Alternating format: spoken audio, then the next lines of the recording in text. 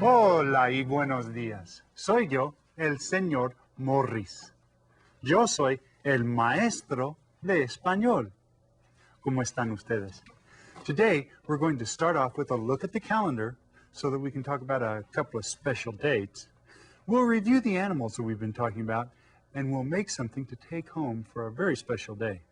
But let's get started, as we always do, with our opening song. Canten conmigo. Hola, hola, buenos días, bienvenidos, ¿cómo están? Todos juntos ya estamos listos para aprender. Muy bien cantado. Now, as I said, we'll start today's lesson with a look at the calendar. So let's go on over here, and I'm going to ask you the same questions, and I bet you guys are getting pretty good at answering these now. For example, when I ask you, ¿cuáles son los días de la semana? ¿Cuáles son los días de la semana? I bet you can answer me by saying this.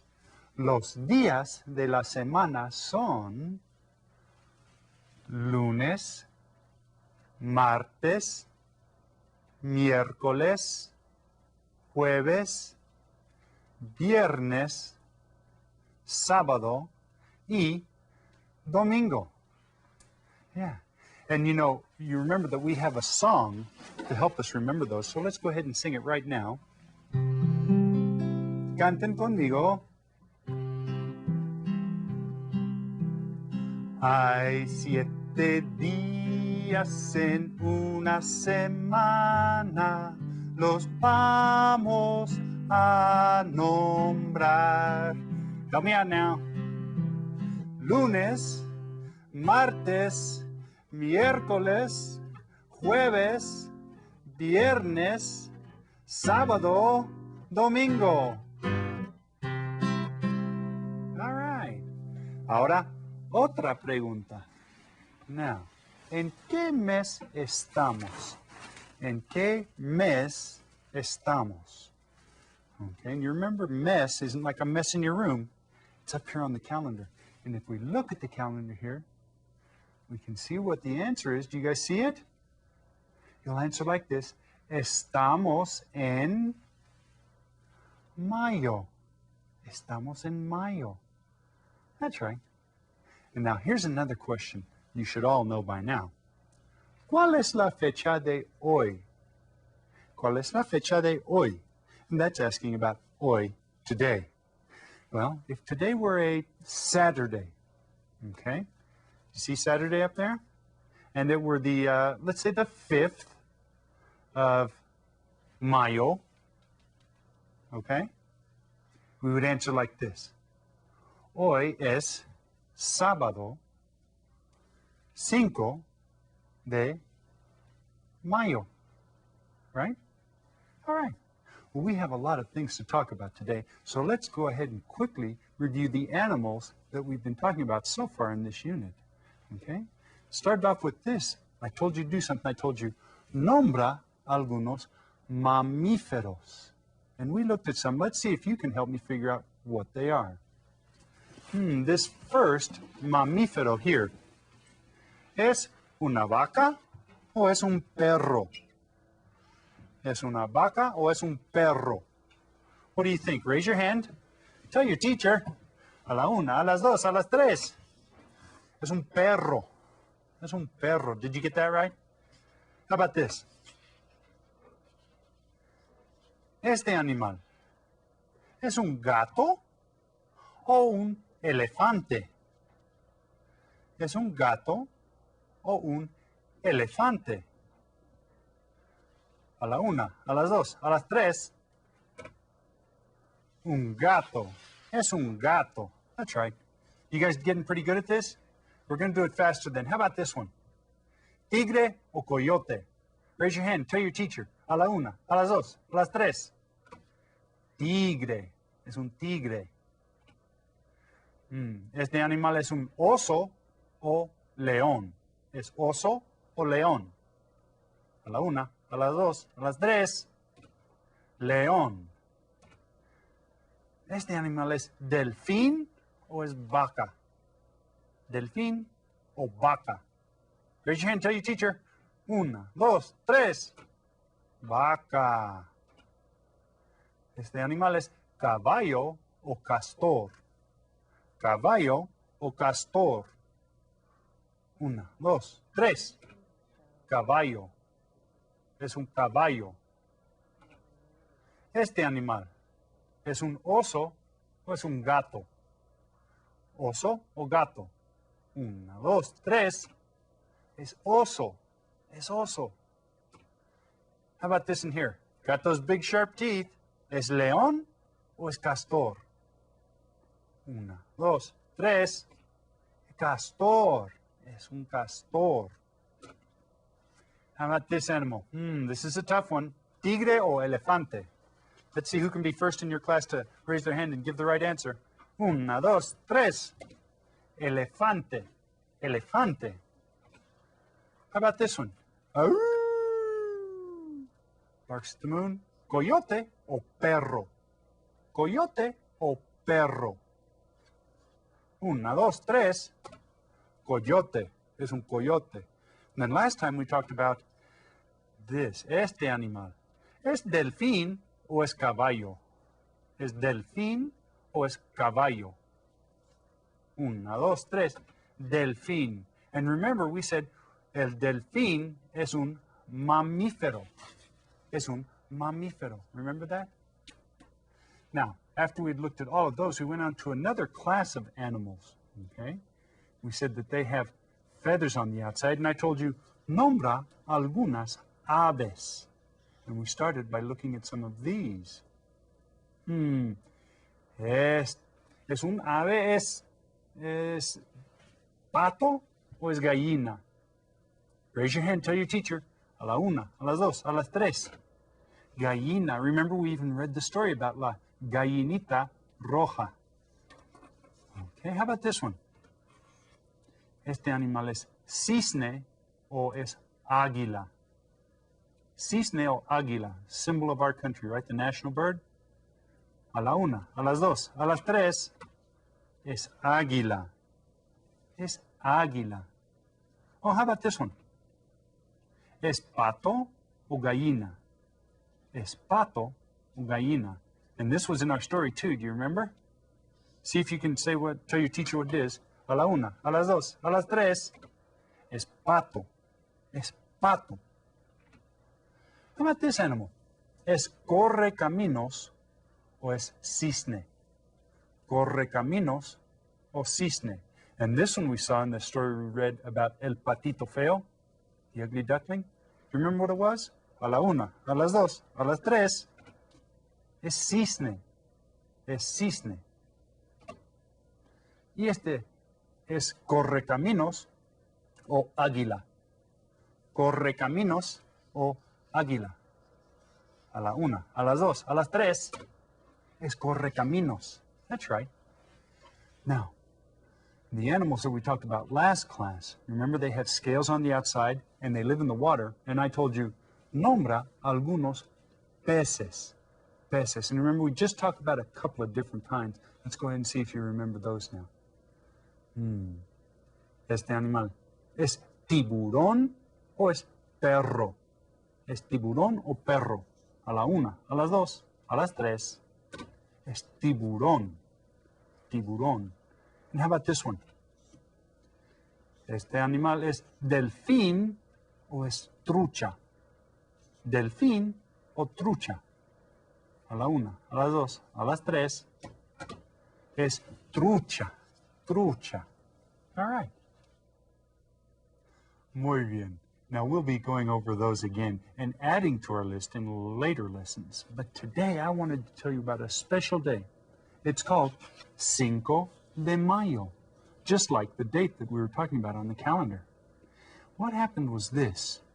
You know that Mexico was originally settled by Spain, right? Well, the Mexican government borrowed a lot of money from the French government to fight for its battle of independence to get away from Spain, okay?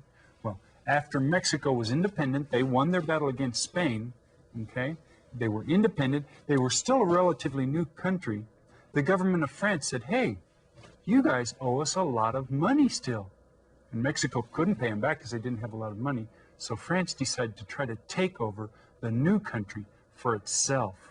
Yeah, they said, hey, they owe us money. We're going to go and take that country, and it'll be part of France. Well, the French government sent a well-equipped and well-trained army to Mexico to take over the country. Now, this French army was marching to Mexico City, the capital, right?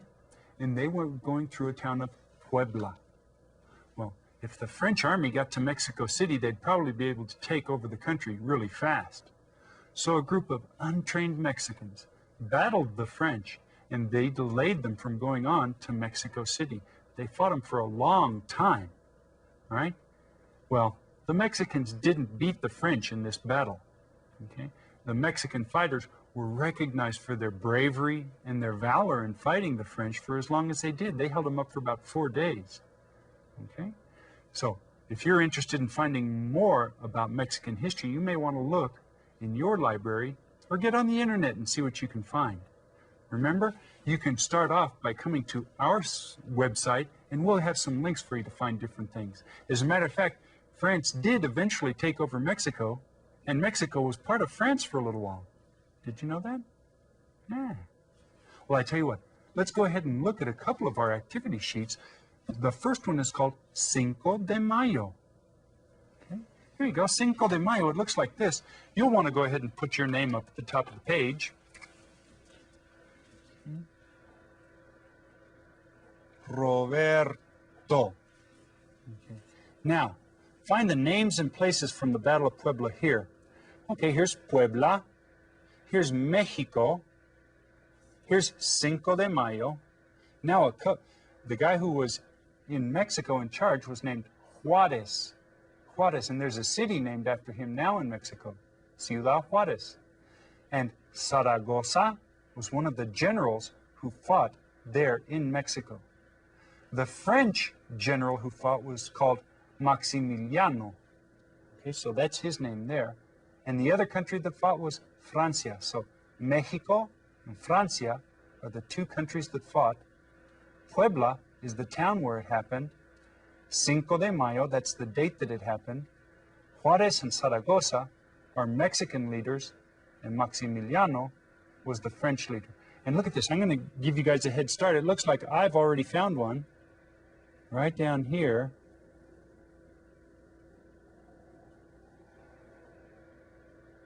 Maximiliano. So, see if you can find these other words here in the word search and try to remember what they're all about. Now, I have another activity sheet for you to color about the different armies that fought in the Battle of Puebla. Okay? Here you go. This is the Mexican soldier. And he didn't have much of a uniform at all. He just kind of wore what he had, his big hat, and this is what his clothes looked like. And I've given you some hints here. Color his hat black, color his uniform brown. And then down here we see El Soldado Francés, the French soldier. And he had, a fancy looking uniform. His hat was red, his shirt was blue with gold trim, his pants were red, the tops of his boots were white, and the bottom of his boots were black. Now, as you go through that and color those, see if you can think about the names of the colors in Spanish, okay? It'll kind of give you a chance to review those color words as you're coloring this, okay? And I hope you look into some more information on that because it's really fascinating. But right now, I'd like to change the subject and tell you about another important day, okay? In Spanish, it's called El Día de las Madres. Okay? Now, using your immense knowledge of Spanish, Can anyone figure out what this day is? Día de las Madres, de las Mamás. All right, Mother's Day. Well, I tell you what, even though the language is different, people love their mothers the same all over the world. Now, for our second activity sheet today, we've prepared a special page with a poem for you. You can make something to take home to your mothers. It looks like this. Okay, it says, Feliz Día de las Madres. Okay, Happy Day of the Mothers. Happy Mother's Day. And then it's got a big blank space there. And down at the bottom is a poem. Okay, now, this poem is written in Spanish, okay, and in English. And do you see what the name of it is in English? Handprint. And it talks about growing up. And I tell you, I've gotten some of these from my kids, and I think they're terrific gifts. Well, here's the same poem. It's not translated exactly word for word, but it's got the same sense in Spanish. Okay? And it talks about leaving fingerprints on walls and bathrooms and on furniture. Remember? Muebles? Yeah. Well, this is what you can do. Take this page, you see it's got the big blank space in there, okay? Take this page and you can either use it right out of your student resource notebook, or you can copy it onto different colored paper. And that's what I've done. I copied it onto a couple of different colors. Here, I had it copied onto pink paper. And this was my daughter who did this one, so I used pink for her. Okay, and then I had her put her handprint on the pink paper in red. Okay. And then this was my son Gregory, and he used blue paper, and you can see he put his handprint on in yellow. Okay. And mothers and fathers really appreciate these kinds of things. And then this is my son Jackson, and he decided he wanted to get wild with the colors, so he went for a couple of different colors on his hands. Teachers, you can, if you want to mimeograph these on construction paper, that works really well. You can run it through the copy machine. Or you can go ahead and just use the white paper. Paint the students' hands or have them use finger paints or whatever, and you can then put their handprints onto there. And I tell you, this is a real winner. I think everybody will enjoy these. Today, we reviewed the names of the animals that we've been studying, and we learned a little bit about Mexican history. And hopefully you guys are going to be able to make a page to take home to your mothers for Mother's Day. Well, next class, we're going to review the animals again, so don't forget those just yet.